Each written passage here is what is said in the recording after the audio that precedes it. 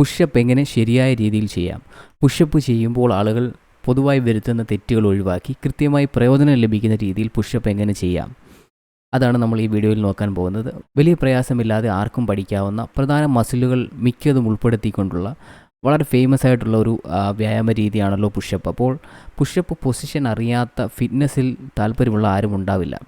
ഇതുമായി ബന്ധപ്പെട്ട ഒരു തമാശ ഇങ്ങനെയാണ്: dogs are always in pushup position. പ്രത്യേകിച്ച് ഈ ഒരു ഡോഗിനെ നോക്കിയാൽ അങ്ങനെ തന്നെ തോന്നുന്നതാണ്.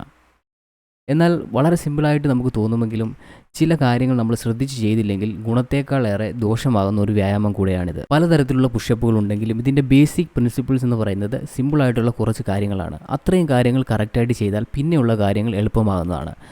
മാത്രമല്ല ഇവിടെ നമ്മുടെ ലക്ഷ്യമെന്ന് പറയുന്നത് കൃത്യമായ മസിലുകളെ ഉൾപ്പെടുത്തുക, ആക്ടിവിറ്റിയിൽ ഉൾപ്പെടുത്തുക എന്നുള്ളതാണ്. നമ്മൾ ഉദ്ദേശിക്കുന്ന മസിലുകൾ നമുക്ക് പ്രവർത്തിപ്പിക്കാൻ സാധിക്കുന്നുണ്ടെങ്കിൽ പുഷപ്പ് കൃത്യമാണെന്ന് നമുക്ക് പറയാം.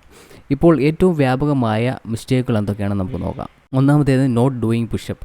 പുഷപ്പ് ചെയ്യാതിരിക്കുന്നത് തന്നെയാണ് ഒന്നാമത്തെ മിസ്റ്റേക്ക്. കാരണം നേരത്തെ പറഞ്ഞതുപോലെ വളരെ യൂസ്ഫുൾ ആയിട്ടുള്ള വിവിധ മസിലുകൾ ഉൾപ്പെടുന്ന ഒരു നല്ല കോമ്പൗണ്ട് വ്യായാമ രീതിയാണ് പുഷപ്പ്. അതുകൊണ്ട് തന്നെ തീർച്ചയായിട്ടും പുഷപ്പ് നമ്മുടെ വർക്കൗട്ടിൽ ഉൾപ്പെടുത്തേണ്ടതാണ്.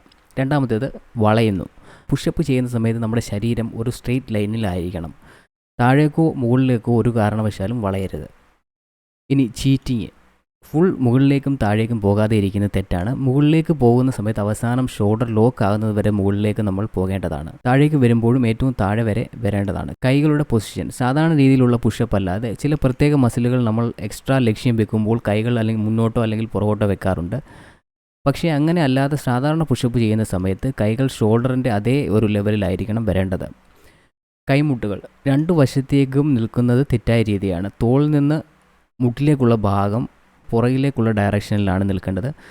മാക്സിമം ശരീരത്തിൽ നിന്നൊരു 45 ഡിഗ്രി അതിൽ കൂടുതൽ ആംഗിൾ ഉണ്ടാവാൻ പാടില്ല. വൈഡ് പുഷപ്പ് ചെയ്യുന്ന സമയത്താണെങ്കിൽ പോലും നമ്മുടെ കൈമുട്ടുകളുടെ ഡയറക്ഷൻ പുറകിലേക്കാണ് വരേണ്ടത്. ഇനി തോൾ അധികം മുകളിലേക്കോ അല്ലെങ്കിൽ താഴേക്കോ വളയാൻ പാടില്ല. പരമാവധി നേരെയുള്ള വരയിൽ നിർത്താനായിട്ട് ശ്രമിക്കുക. അതുപോലെ തന്നെ മുന്നോട്ട് വളയുകയോ പുറകോട്ട് വളയുകയോ ചെയ്യരുത്.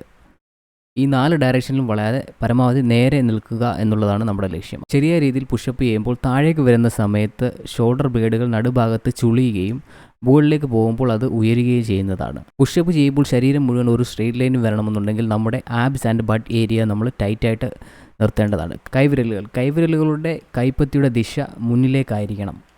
കാൽപാദങ്ങൾ തമ്മിലുള്ള അകലം പരമാവധി ഒരടിക്കുള്ളിൽ നിന്നാൽ പ്രശ്നമില്ല. എന്നാൽ ഒരുമിച്ച് ചേർത്ത് വയ്ക്കുന്നതാണ് ശരീരം ബാലൻസ് ചെയ്യാനും അതുപോലെ തന്നെ സ്ഥിരതയ്ക്കും നല്ലത്.